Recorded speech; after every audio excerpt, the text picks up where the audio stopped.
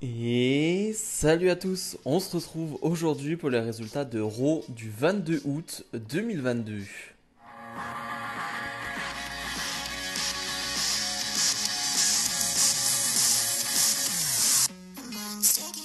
Avant de parler de ce Raw, je vous invite encore une fois à vous abonner. On est très proche des 2900 abonnés et donc très proche aussi des 3000. Donc n'hésitez pas à vous abonner et à mettre le petit pouce bleu. Bref, ce Raw débute directement sans perdre de temps. C'est une spécialité de Triple H. On perd pas de temps dans ces shows. Riddle et Seth Rollins qui s'en mettent plein la tête en backstage. Vraiment grosse bagarre entre les deux. Grosse bagarre qui va continuer, qui va arriver jusqu'au public. Les deux qui vont se battre jusqu'au public. Finalement, Riddle va sauter sur Rollins et la sécurité va intervenir. C'est une spécialité vraiment de Triple H. Depuis qu'il est là, on voit beaucoup de bagarres, beaucoup de brawls, que ce soit dans le public, que ce soit en backstage. Vraiment, on en voit chaque semaine, plusieurs même.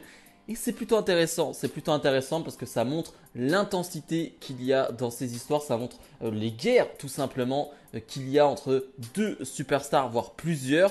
Et ça c'est plutôt intéressant, en tout cas ça te met directement dans le show parce que tu vois directement des gars qui se bagarrent.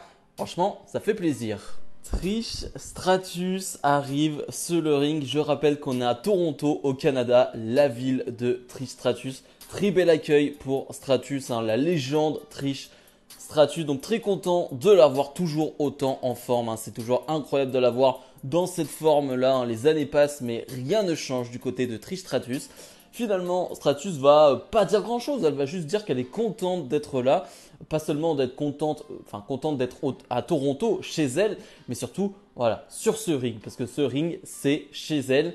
Et va vite se faire interrompre par Bayley, Dakota Kai et Io Sky. Alors si je me trompe pas, le nom de ce clan, c'est Damage Control. J'aime plutôt bien ce nom. Finalement, du coup, Bayley va demander mais qu'est-ce que tu fais là? Enfin, je veux dire, t'as rien à faire ici, vraiment. C'est son ring, tu vas rien faire tout simplement. Bianca Belair, la championne d'Euro, va arriver. J'ai bien aimé les phrases que va sortir Bianca Belair où Belair va leur dire si Bayley tu peux courir aujourd'hui, c'est parce que Trish Stratus a marché. Entre guillemets, ce que tu peux faire aujourd'hui sur le ring, si Trish Stratus n'était pas là, tu n'aurais jamais pu le faire. Et elle va le dire, voilà, c'est elle qui a commencé à mettre les femmes en avant. Voilà, et clairement, il n'y aurait pas eu de Bayley sans Trish Stratus. Donc j'ai plutôt apprécié cette phrase, c'était plutôt cool. Finalement, Bayley va dire mais c'est bien, vous faites les manines, tout ça, mais bon, c'est du 2 contre 3 pour le moment. Trish Stratus va dire non mais moi j'en ai rien à faire, je suis prête à me battre. Elle va enlever sa veste, et elle va dire ouais, 3 contre 2, ouais c'est vrai. Et finalement, Asuka et Alexa Bliss vont arriver, donc 4 contre 2. Bref, tout ça est pour te hyper, pour faire la transition pour le match par équipe qui va suivre. C'était pas un mauvais segment, j'ai trouvé ça peut-être un poil long. J'aime bien le fait qu'on montre Trish Stratus qui est chez elle, etc. C'est bien, mais c'était peut-être un poil long pour finalement une promo qui n'apporte pas grand-chose. On enchaîne donc avec la demi-finale du tournoi pour les titres tag féminins. On retrouve Alexa Bliss et Asuka face à Dakota Kai et Io Sky. Un match qui va durer plus de 10 minutes, je dirais 14-15 minutes, donc un match plutôt long. Et c'était vraiment bon. C'était vraiment bon parce que déjà c'était long et il le faut pour une demi-finale. Ce que j'aime dans ce tournoi, c'est que chaque match paraît important. Et c'est très bien pour un tournoi. Tu as envie qu'on donne de l'importance à chaque match parce que y a un gros titre en jeu. Donc si tu fais des matchs de 3 minutes qui n'ont pas d'intérêt, ta finale n'a aucun intérêt. Là pour le coup, tu as eu que des gros matchs. Franchement, que des gros matchs et que des bons matchs. Et donc forcément, tu as envie de voir cette finale et tu as envie de voir qui vont devenir les nouvelles championnes. Voilà, c'est un tournoi classique. Et ces derniers temps, sous l'ère Vince McMahon, on a eu des tournois qui étaient vraiment pas bons. Et là, pour le coup, ça change directement. Mais ouais, ça, c'est un excellent combat. Il y a forcément un face-à-face dans ce match que j'ai adoré plus que les autres. C'est Io Sky face à Asuka. Quand les deux sont sur le ring, c'est magique. Vraiment, c'est magique. Il se passe des choses à chaque fois que les deux sont sur le ring. Bien évidemment, j'attends ce 1 contre 1 entre les deux qu'on n'a jamais eu chez WWE. Alors j'espère qu'on l'aura, mais de manière bien amenée, voilà, avec une histoire bien construite et pas que ce sera un match random à Raw. Je l'espère vraiment parce que vraiment ça peut être exceptionnel s'il y a une histoire derrière. Bref, vraiment j'ai adoré, mais même par exemple Alexa Bliss qui est peut-être la plus faible techniquement sur ce match, elle fait pas tâche du tout, elle est vraiment dans le rythme, elle est très bien dans ce type de match avec Bliss et Dakota Kai, vraiment j'aime beaucoup, elle est très bien. Depuis son retour, vraiment Dakota Kai, pardon, c'est excellent. Bref, finalement, eh ben, Dakota Kai et Io Sky vont l'emporter clean. Alors, pas avec un finisher, mais non, mais plutôt avec une sorte de roll-up. Asuka qui va se faire piéger au jeu des qui est sur le ring, qui ne l'est pas. Et finalement, Io Shirai, Io Sky va en profiter. 1, 2, 3, victoire de Dakota Kai et Io Sky qui vont en finale. Plutôt logique. On donne pas une énorme victoire non plus, pas une grosse défaite pour Asuka et Alexa Bliss parce que je rappelle que ces deux équipes vont s'affronter à nouveau à Clash at the Castle, sauf qu'on rajoute Bianca Belair et Bayley. Bref, c'était vraiment un bon match et j'ai déjà hâte de voir la finale. Finn Balor fait face à Dolph Ziggler, combat de vétérans. Et oui, on peut le dire en 2022, un Dolph Ziggler face à Balor, c'est un combat de vétérans. D'ailleurs, il y a eu un petit segment entre les deux en backstage qui le montre, c'est-à-dire que Balor va lui dire « T'as vraiment besoin, Ziggler, toi, d'être avec les jeunes, de te sentir comme un mentor. Moi, j'ai pas besoin de ça et tu vas rien m'apprendre. » Finalement, on a un combat de 10 minutes entre les deux. Encore une fois, hein, c'est plutôt long. Et c'est plutôt très bon surtout. Le public qui au début du match est investi mais sans plus. Et à la fin du match, le public est debout. Alors vraiment, le public est debout pour un Balor Ziggler. Le public de Toronto qui fait vraiment bien son boulot. Mais le public sur quelques tombées de Ziggler à la fin vraiment est debout. Je me disais mais attends, c'est un match de championnat ou quoi? Parce que vraiment le public était tellement à fond et ça fait plaisir. Vraiment ça fait plaisir. Mais en même temps c'est logique vu la qualité du match qu'un bon match. Je dirais pas que c'est un excellent combat mais c'est un bon match.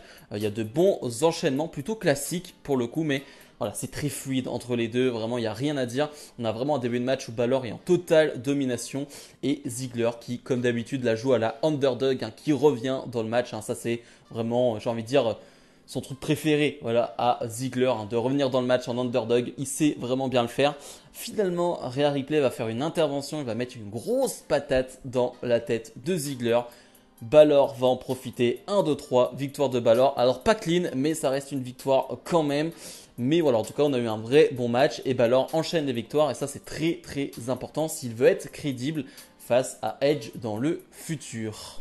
Alpha Academy est sur le ring. Bon, Gable va faire une promo classique de heel au Canada en disant que il cherchait possiblement de nouveaux partenaires pour son clan, en tout cas pour Alpha Academy, mais qu'il n'a rien trouvé au Canada parce qu'il n'y a que des débiles.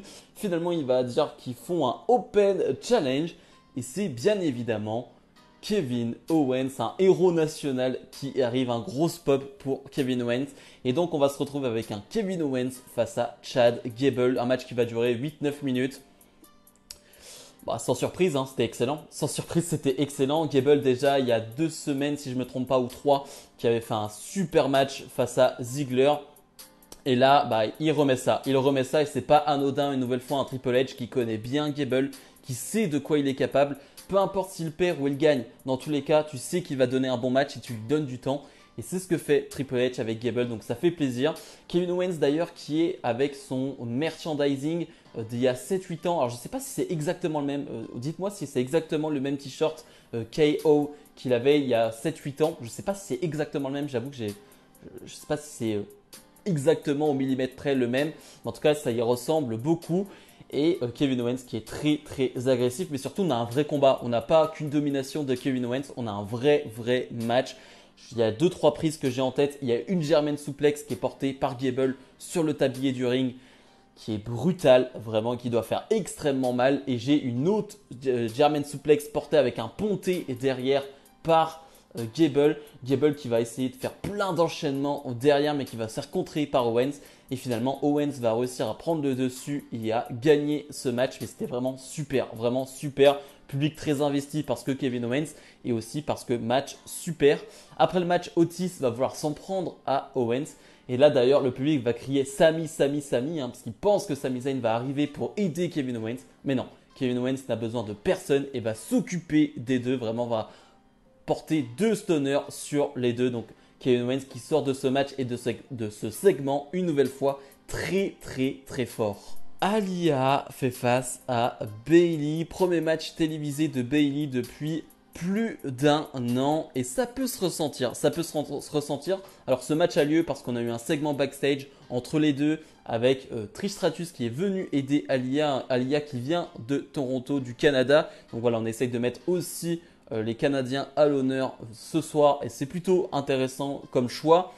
Et donc finalement on a ce match qui va durer 6 minutes si je ne me trompe pas. Aliyah montre de belles choses, je trouve qu'Aliyah montre de belles choses dans sa combativité, dans sa manière de catcher, je trouve qu'il y a vraiment de belles choses. Le public n'est pas ultra investi derrière Aliyah non plus, hein. La beau être canadienne, à la beau être de Toronto, ça reste que Aliyah entre guillemets, donc le public n'est pas ultra investi. Et Bayley fait ce qu'elle peut, j'ai l'impression que Bayley, voilà, va falloir attendre avant d'avoir la Bayley au top. Bayley fait de belles choses mais sans plus, voilà, je ne vois pas une Bayley extraordinaire pour ce retour. Voilà, j'ai pas grand chose d'autre à dire sur ce combat. Bayley qui va l'emporter donc en 6 minutes, un match clean, voilà, remporte clean et c'est normal. Il fallait pas qu'il y ait une intervention ou quoi que ce soit, hein. C'est qu'une victoire face à Aliyah. Mais en tout cas, voilà, Bayley va falloir lui laisser un peu de temps pour qu'elle se remette en forme et surtout pour qu'elle reprenne ses habitudes sur le ring. Donc je ne vais pas être très exigeant pour le moment. Et Jay Styles et Bobby Lashley, le champion des États-Unis, font face à The Miz et Ciampa. Donc un combat par équipe qui va durer assez longtemps. Un combat très qualitatif. J'ai bien aimé la manière dont c'est amené, bien évidemment. On tourne encore autour du titre des États-Unis avec Ciampa, Miz, même Styles. Et surtout, j'ai bien aimé le fait que ce soit Styles qui se fasse vraiment dominer pendant tout le match. Et Bobby Lashley qui arrive en tant que sauveur, vraiment vrai sauveur de ce match pour AJ Styles et pour le Canada, pour Toronto, parce que le public va vraiment exploser quand Bobby Lashley va rentrer sur le ring pour faire un super hot tag, vraiment un magnifique hot tag de la part de Lashley. Mais ouais, le public était très très chaud à ce moment-là. Sinon, c'est un vrai bon combat. Mais on va pas parler que du combat, bien évidemment, parce que on va être obligé de parler de cette fin de match. Cette fin de match où c'est un gros bordel. Finalement, une nouvelle fois, alors que Styles est à l'extérieur du ring, il va se faire attaquer par quelqu'un du public. Alors on pense que c'est Dexter Lumis. Ok, on se dit encore quelque chose de la part de Dexter Lumis. Et finalement, c'est Miz de l'autre côté qui va se faire attaquer par Dexter Lumis. Disqualification parce que finalement, Dexter Lumis va kidnapper The Miz. Mais vraiment, il le kidnappe, c'est-à-dire qu'il l'emmène, il le traîne à travers les escaliers, à travers le public. Il le traîne et le ramène. Quel bordel. Et d'ailleurs, au moment où Dexter Lumis enlève son masque et on voit que c'est Dexter Lumis, grosse réaction du public. Donc, pour le coup, ça veut dire que ça fonctionne quand même. Ce truc de malade mental qui fait des trucs à Raw depuis 3 semaines, ça fonctionne vraiment. Et là, pour le coup, je pense que ça va vraiment encore plus fonctionner avec le fait de kidnapper The Miz. C'est quand même pas rien. Donc finalement, disqualification. Et Ciampa va prendre très très cher de la part de Bobby Lashley et AJ Styles qui vont s'occuper de lui. Alors, on n'en sait pas plus pour le moment. Alors je vous dirai peut-être en bilan, j'irai voir sur les réseaux sociaux pour le titre des États-Unis de Lashley qui n'est pas défendu à Clash at the Castle. Parce que là, il y a beaucoup de monde qui tourne autour du titre. Mais pour l'instant, pas de match pour Lashley à Clash at the Castle. Et là, j'ai envie de dire de nulle part, assez bizarrement, sans commentaire de la part des commentateurs, vraiment pas de mots, pas de bruit, Johnny Gargano va faire son arrivée, donc musique de Gargano. J'avoue que j'ai bugué pendant 10 secondes, je me suis dit, attends, c'est Gargano, c'est bien Gargano qui est là. Et oui, Johnny Gargano qui est de retour, lui qui n'était plus sous contrat chez WWE, qui avait quitté NXT il y a 9 mois, qui fait son retour et surtout qui fait son arrivée dans le roster principal.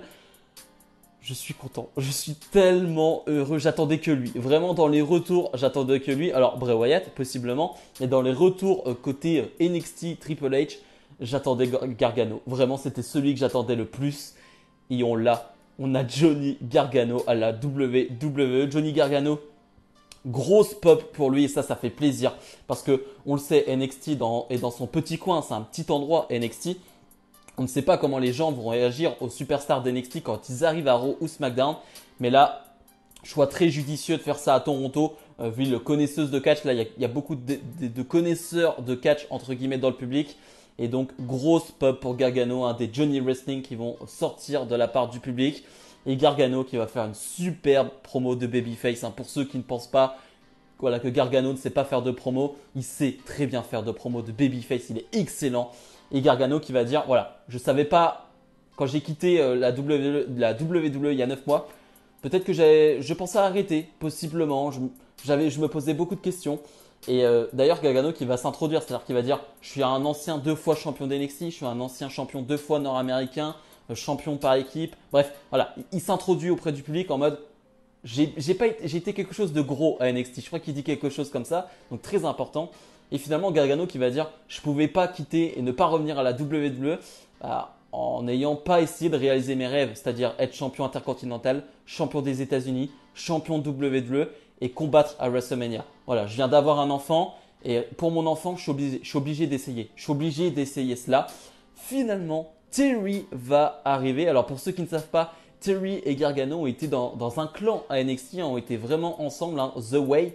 C'était un bon clan du côté de NXT. Alors c'est vrai que là du coup, c'est un peu bizarre parce que Theory se fait huer et Theory il dit on se connaît bien machin par rapport à NXT. C'est vrai que je pense pas que beaucoup savent que les deux ont vraiment été amis et dans un même clan à NXT. Et finalement, Theory qui va dire tu sais quoi, tu as été mon mentor à NXT, voilà, j'ai vraiment été l'élève. On pourra faire l'inverse là maintenant. Parce que finalement, tous tes rêves, moi je les ai presque déjà tous réalisés. J'ai été champion des États-Unis, j'ai la manette pour devenir champion WWE. Donc en fait, maintenant, je peux être ton mentor si tu veux et tu es mon élève. Tu pourras tenir ma valise si tu veux, il n'y a pas de souci. Et finalement, Gargano qui va mettre un super kick dans la tête de Theory. Et le segment va se terminer là-dessus. Bref, trop content. Même si si on part sur une histoire entre Gargano et Theory, ça va être excellent aussi. Et pour ceux qui ne connaissent pas Gargano, même si je pense que vous connaissez tous Gargano maintenant, hein, je veux dire, c'est pas un nouveau Gargano, vous allez vite comprendre. Vous allez vite comprendre ce que c'est Theory parce que c'est l'un des meilleurs catcheurs du monde. Voilà, n'ayons pas peur des mots. Et le main event, Damien Priest fait face à l'autre héros national. Je parlais d'héros national pour Kevin Owens, mais là on est encore sur une autre planète avec Edge. Edge donc qui va faire face à Damien Priest dans ce main event chez lui au Canada. Ambiance de malade. Beth Phoenix, sa femme, est au premier rang. Beth Phoenix qui est très émue. Et avant de parler du match, Edge qui après ce match, alors c'est pas une promo qui a été télévisée, hein, c'est une promo que des fans ont pu prendre en vidéo après le match. Edge qui a dit voilà, dans un monde parfait, j'aimerais bien prendre ma retraite à Toronto l'année prochaine, donc en 2023. Donc ce match a quand même beaucoup de choses à dire et à raconter parce que finalement c'est peut-être l'un des derniers matchs de Edge chez lui. Donc en termes d'émotion c'est dingue et ça se ressent au début du match, il y a une tension, il y a de l'émotion même pour Damien Priest, hein. Tu sens qu'il y a un peu de stress pour lui et ça peut se comprendre. Finalement, on a 20 minutes de combat. Et oui, 20 minutes de Edge en 2022 dans un main event d'Euro. Et c'était excellent. C'était excellent. C'est peut-être le meilleur main event d'Euro cette année.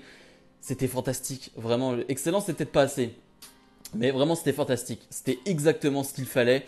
Un Damien Priest qu'on retrouve, c'est-à-dire le Damien Priest qui est excellent sur le ring et qui catch parfaitement bien. Et on a des petites références. Alors, ancienne guerre, je pense à Damien Priest qui fait passer Edge à travers la table. Finalement, c'est au moment où Damien Priest, Balor et Rhea Ripley ont tourné sur Edge. Voilà, ils l'ont fait passer à travers cette table. Il y a 2-3 petites références comme ça.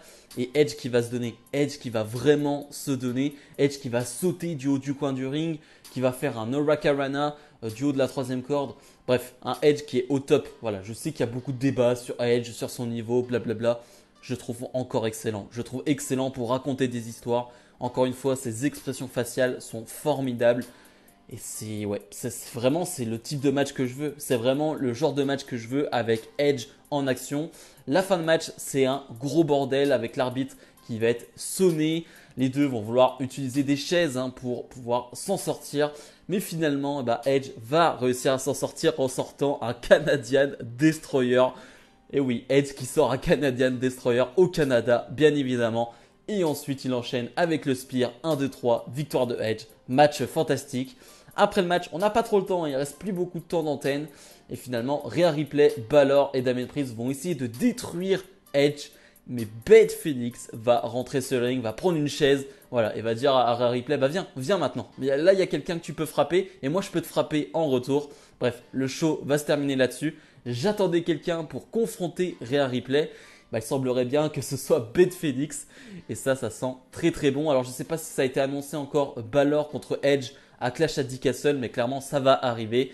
et ça sent très très bon. Bilan de ce RAW, c'était une nouvelle fois excellent. Je ne sais pas vous, mais chaque lundi, enfin chaque mardi matin, chaque samedi maintenant, j'attends les shows avec impatience maintenant. Vraiment avec beaucoup d'impatience. Parce que de 1, tu as des surprises. Ça, c'est toujours cool dans le catch d'avoir des surprises.